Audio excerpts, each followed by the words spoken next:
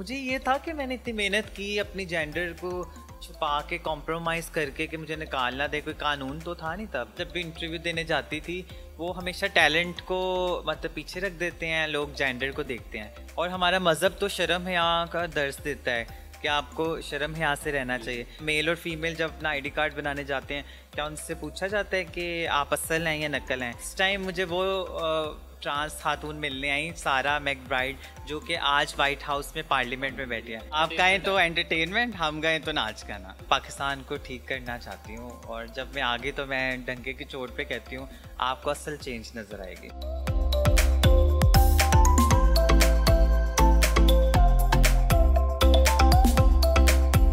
अस्सलाम वालेकुम नाज़रीन, आप देख रहे हैं एनपीजी मीडिया और मैं हूं आपका मेज़बान शहरियार जाहिद सजवाना। नाज़रीन, आज आपकी मुलाकात एक इंतहाई अहम शख्सियत और एक स्पेशल गेस्ट से करवाने जा रहा हूं। मेरे साथ मौजूद है जन्नत अली, जो कि एक ट्रांसजेंडर है।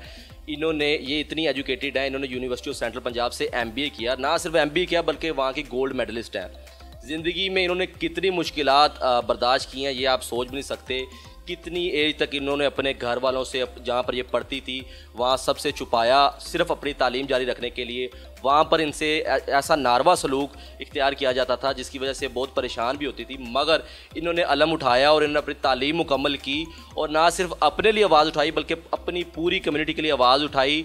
2017 और 2018, उसके बाद जो 2018 में सेनेट में जो बिल गया जो ट्रांसजेंडर्स के राइट्स के लिए था, उसमें ये इनका एक वाइटल रोल था, ये भी उसमें थी। और फिर इन्होंने एक नई टर्म इंट्रोड्यूस करवाई जिसको आर्टिविज़म कहा जाता है, क्योंकि ये आर्टिस्ट भी हैं और ये एक एक्टिविस्ट भी हैं। ये शोएब मंसूर साहब के गाने में भी ये परफॉर्म कर चुकी हैं, ये थिएटर भी परफॉर्म करती हैं। माहिरा खान साहबा के साथ भी ये काम कर चुकी हैं और आजकल भी ये क्या काम कर रही हैं, किस तरह की एक्टिविज़म ये कर रही हैं, आपकी इनसे गुफ्तगू करवाएंगे। इनको ना सिर्फ पाकिस्तान में बल्कि पूरी दुनिया में इनको सराहा जाता है। ये जब वाशिंगटन में गई तो वहाँ की एक पार्लियामेंटेरियन ने भी इनके पास आई और इन्होंने इनको खूब सराहा। इनसे गुफ्तगू करते हैं अब ये क्या कर रही हैं, इन्होंने अपनी ज़िंदगी में कौन से फेजेस देखे और इनका क्या विजन है कि आर्ट और एक्टिविज़म के ज़रिए ये जो जेंडर डिस्क्रिमिनेशन है और जो ट्रांसजेंडर्स के राइट हैं उसको कैसे ठीक किया जा सकता है।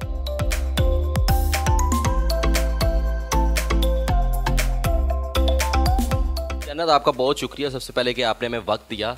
सबसे पहला सवाल आपसे ये है कि आपने MBA किया, फिर आप गोल्ड मेडलिस्ट थी अपनी यूनिवर्सिटी की, उस फील्ड में आगे क्यों नहीं गई, ये आर्ट की तरफ और एक्टिविज़म की तरफ क्यों आई? हाँ, सबसे पहले तो मैं सोचती थी कि अब मैंने मास्टर्स कर लिया और डिस्टिंक्शन मुझे मिली है तो अब तो मैं मतलब एक सुपर पावर मुझ में आ जाएगी, फ़ौरन मुझे जॉब मिल जाएगी। लेकिन ऐसा नहीं था। जब भी इंटरव्यू देने जाती थी वो हमेशा टैलेंट को मतलब पीछे रख देते हैं, लोग जेंडर को देखते हैं। आपकी एकेडमिक अचीवमेंट, आपने जो सीखा है, लर्निंग, वो सब ज़ीरो हो जाती है जब आप दूसरी जेंडर के साथ जाते हैं, मतलब एज अ ट्रांसजेंडर जाते हैं। और वो जो इंटरव्यू के क्वेश्चंस थे वो भी बड़े मुख्तलिफ से होते थे कि आप फ्री टाइम में क्या करते हैं, आपके कितने दोस्त हैं, क्या एक्टिविटीज़ हैं। तो मतलब मैं बिल्कुल एकदम स्टैटिक हो जाती थी कि बताइएगा, आपने बता दिया कि आप जहाँ जॉब करने जाती थी वहाँ पर भी आपसे इस तरह का बिल्कुल जेंडर डिस्क्रिमिनेशन यानी कि वहाँ पर भी थी। यूनिवर्सिटी में कैसा माहौल था, स्कूल में कैसा था, कॉलेज में कैसा था? ठीक है, स्टूडेंट्स तो तंग करते होंगे, टीचर्स जो असातिज़ा थे, जो फैकल्टी होती थी, जो सिक्योरिटी गार्ड्स वहाँ के होते थे, उनका बिहेवियर कैसे होता था? मुझे बहुत, सच पूछे तो मुझे बहुत इनसिक्योर फील होता था। अभी भी मैं एक्टिविज़म करती हूँ लेकिन इस तरह के इतने ज़्यादा हम केसेस हम देख रहे होते हैं और हम हेल्प भी कर रहे होते हैं काफ़ी चीज़ों में, तो अभी भी मुझे कभी कभी बहुत इनसिक्योर फील होता है। लेकिन जो कुछ टीचर्स हैं, सबसे ज़्यादा दुखी होता था कि चलो पेरेंट्स, आपका फर्स्ट स्कूल है, तो जब वो नहीं सुन रहे होते थे तो आपको लगता था कि अब टीचर्स हैं जहाँ हम पढ़ने जाते हैं तो वो तो समझेंगे इस चीज़ को, लेकिन वो भी नहीं समझ पाते थे। वो मुझे फोर्स करके बॉयज़ को एजुकेशन था वहाँ बिठाते थे, तो मुझे उनकी भी एटीट्यूड से ना इरिटेशन होती थी। तो मैं फिर नर्सरी और प्रेप क्लास पर चली जाती थी जब मैंने लंच करना होता था।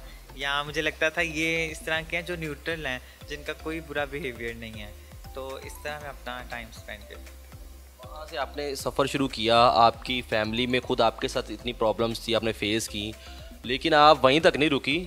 आपने अपने पूरी कम्युनिटी के लिए आपने फिर अलम उठाया और आप निकली और आप जन्नत जो हैं वो वाने बाला तक गई, सेनेट में बिल लेकर गई। वो उसका बताइएगा। पहले आप एक दफ़ा बिल 2017 में ले गई, फिर आपने अमेंडमेंट की, दोबारा लेकर गई, क्या बना उसका बिल का और फिर आपको उस पर कैसी पजीराई मिली और कैसा रिस्पॉन्स था?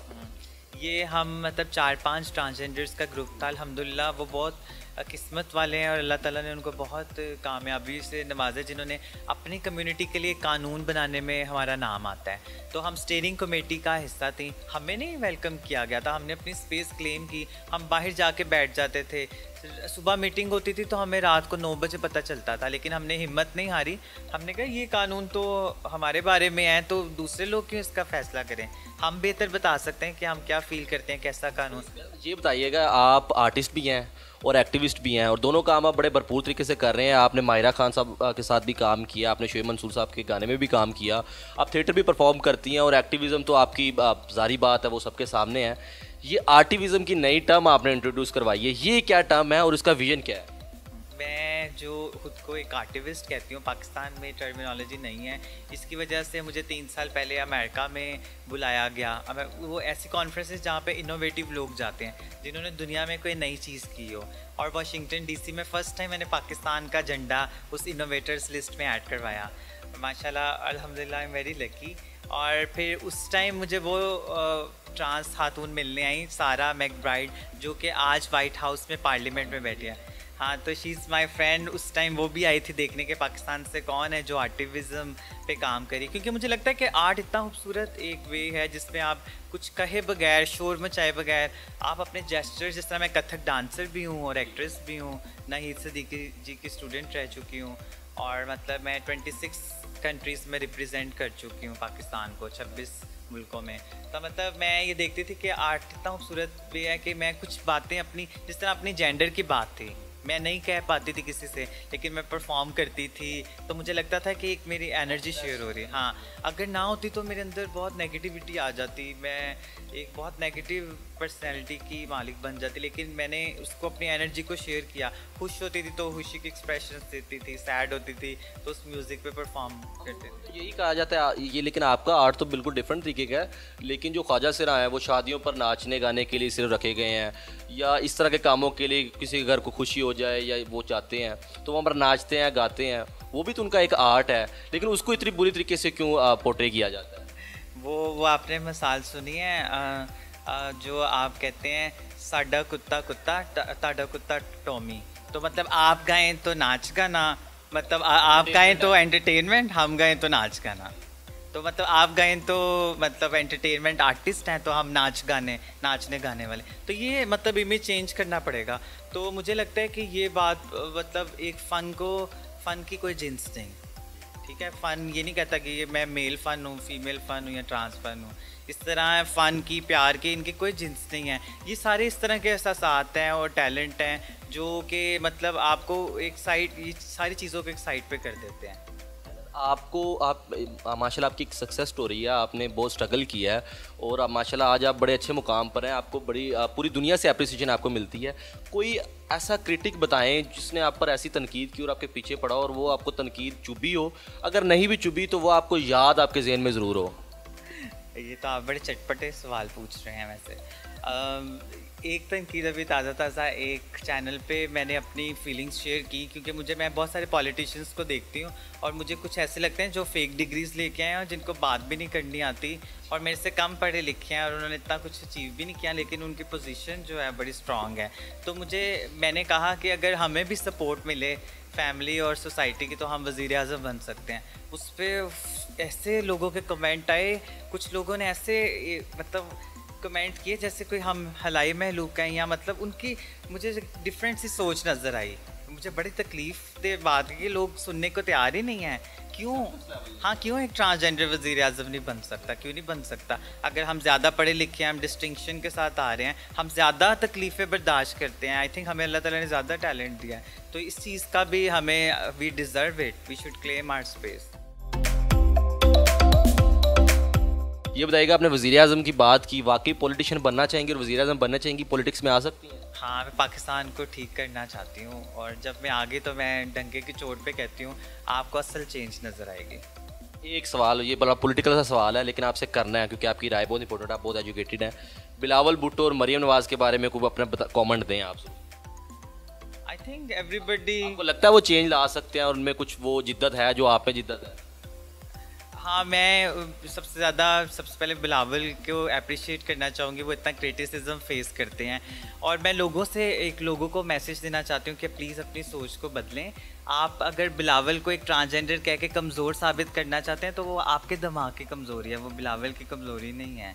और विमेन एम्पावरमेंट पे मैं हमेशा बात करती हूँ, मैं बेनज़ीर साहिबा से बहुत इम्प्रेस थी। तो इसी तरह अब जिस तरह मरियम नवाज़ हैं, तो मुझे विमेन जब भी एम्पावर होती है वो चीज़ मुझे स्ट्रेंथ देती है ट्रांस वुमेन होने के नाते।